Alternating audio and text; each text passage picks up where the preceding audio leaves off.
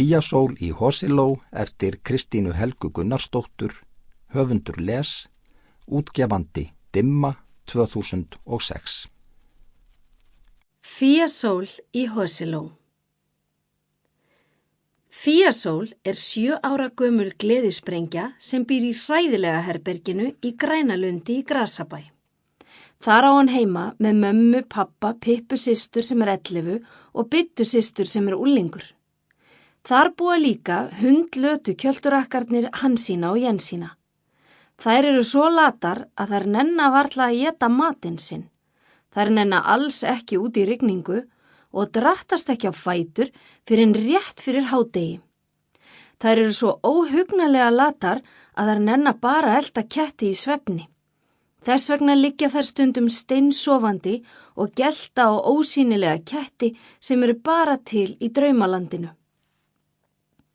Einu sinni fannst Fíusól bleikur vera fallegasti litur í heimi. Hún vildi mála öll húsin í Grænalundi bleik og henni fannst að íslenski fáninn ætti að vera bleikur. Nú hún búin að pakka öllum bleiku fötunum sínum niður í kassa.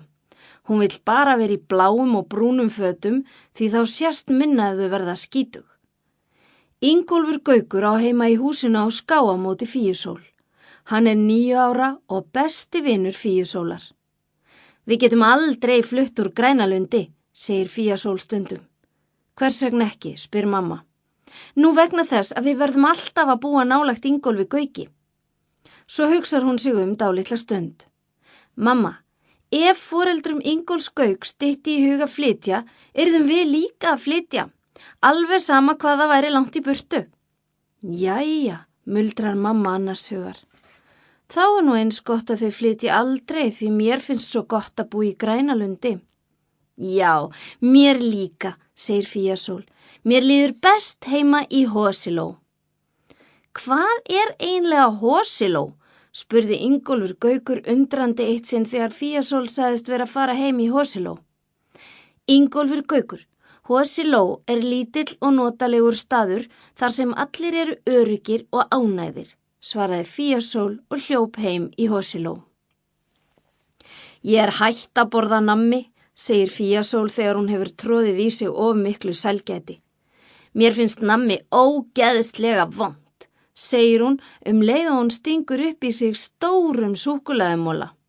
Ég ætla bara að borða þetta og svo þetta búið, segir hún ákveðin. Jæja, segir Pippa systir hennar þá hissa. Þú borðaði nú svakalega mikið nammi í gær. Já, en þá var... Sample complete. Ready to continue?